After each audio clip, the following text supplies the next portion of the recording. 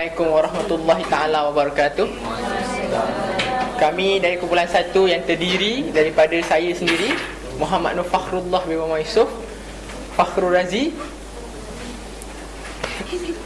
Sakinah, bukan Sakinah tapi Huda. Okey, kami diberi kes.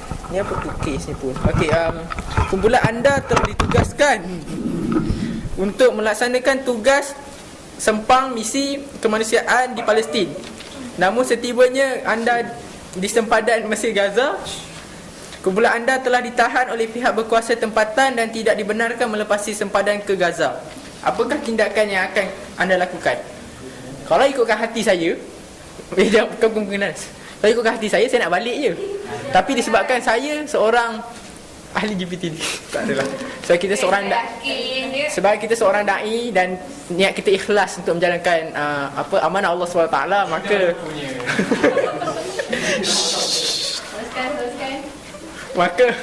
maka kami telah come up dengan beberapa alternatif yang tertentu lah. Alternatif ini bukan sekadar pilihan semata-mata, ianya berkala mengikut situasi. Okey, baiklah. Maknanya kebergantungan situasi tersebut bergantung kepada tindakan kami sendirilah. Okey, baiklah. Sekiranya kami tiba di sempadan Mesir dan Gaza, kumpulan kami telah ditahan oleh pihak berkuasa. Tindakan pertama yang kami perlu ambil ialah bersabar, bukan, jangan panik.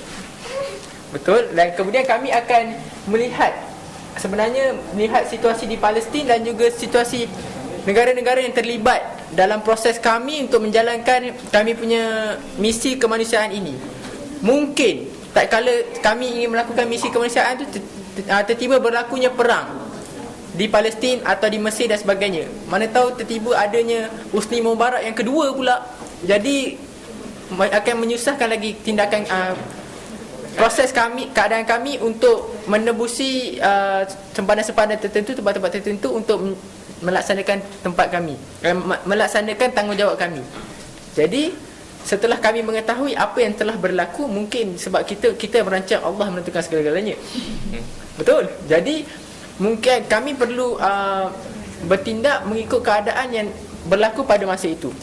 Sekiranya berlaku situasi-situasi tertentu yang tidak dapat dielakkan dan sebagainya, maka tindakan kami seterusnya ialah untuk menghantar wakil.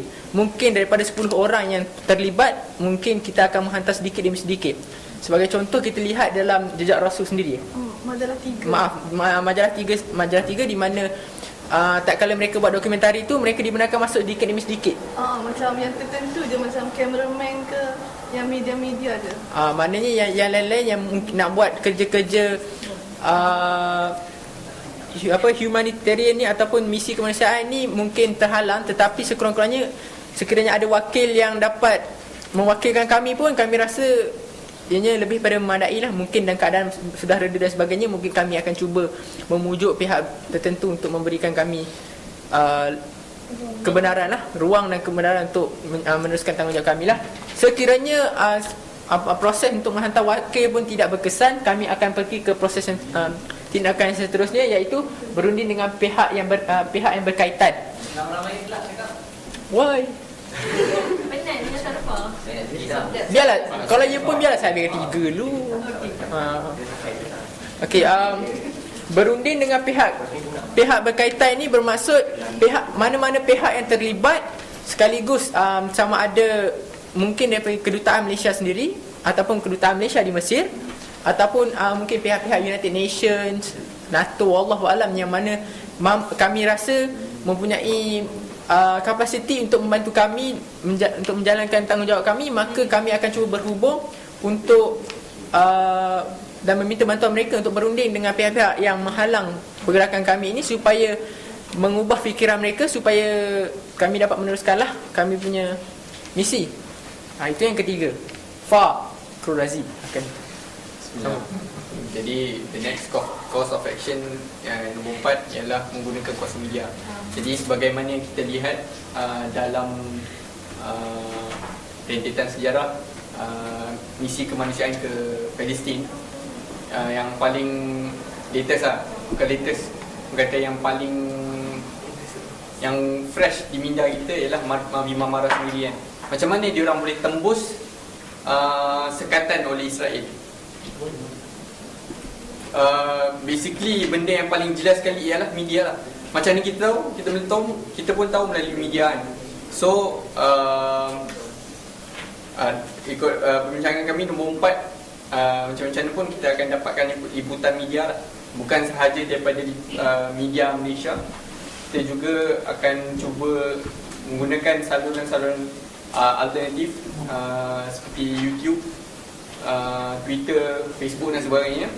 Juga media alternatif dan media mainstream di negara Arab sendiri, dan juga di Eropah. Macam mana pun kita boleh usahakan lah. Ya, untuk nak tambah sikit, untuk mendesak mereka supaya kita perlu mendesak sebab ini misi kita dengan datang tujuan baik, tapi mereka menghalang kita. Untuk mendesak mereka supaya membuka ruang kepada kita. Sekiranya mereka telah didesak ataupun di-pressure oleh seluruh dunia yang mungkin akan mengkritik mereka kenapa menghalang misi yang sebegini baik, jadi mereka mungkin terpaksa dengan dorongan peer pressure dan sebagainya akan membuka ruang lah kepada kami.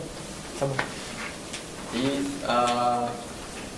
untuk yang poin keempat. Yang kelima, menyalurkan bantuan ke tempat-tempat alternatif yang boleh diakses. Contohnya, bukan contoh lah, contoh yang paling simple lah, kem-kem pelarian. Kita ada banyak kem pelarian yang kita ketahui di sempadan Gaza sendiri, di Lebanon, di Jordan, di Syria. Banyak sangat pilihan lain kan. So in worst case scenario, kita tak akan pulang begitu sahajalah.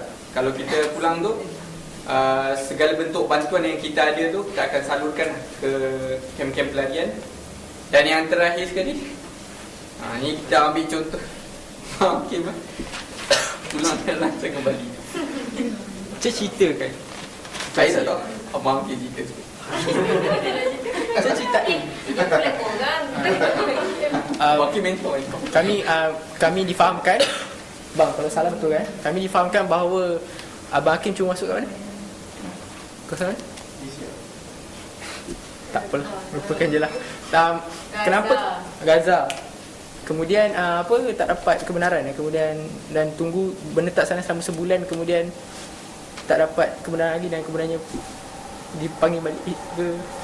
Maksudnya apa yang kami cuba cakapkan bahawa anak tak nak sekiranya segala tindakan ini tidak dapat dilaksanakan, walaupun orang kata rugilah kita dah halfway untuk sampai, tetapi sekiranya benda itu masih lagi terhalang, memang bukan rezeki kita pada masa itu untuk membantu, maka kami akan kembalilah ke sini. Mungkin akan buat perancangan, mungkin apabila situasi telah reda, mungkin tak kala kerajaan Mesir pada masa itu mungkin hubungannya dengan Malaysia sudah baik dan sebagainya, mungkin kita boleh plan dan rancang kembali dan rancang kembali apakah tindakan-tindakan seterusnya, apakah benda yang patut kita elak, apa macam kiranya kita buat macam lebih kurang macam postmortem lah, macam mungkin apa postmortem daripada kesilapan kami sendiri ke kan, ataupun macam kita cuba cari alternatif yang lain pada masa sama.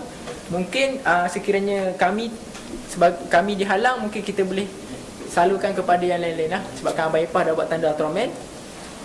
Jadi itu sajalah daripada kumpulan 1. Ada apa soalan, bangkangan, cadaan? Saya tak galakkan. Kita buka pada soalan lah walaupun tak ada gurau juga lagi. Kita buka pada soalan. Siapa ada soalan nak kemukakan, boleh kita sekarang. Buat ni? Kata pandang soalan kat dalam hati tu kan, boleh kita sekarang. Okey, kalau tak ada soalan, akan ada soalan lah.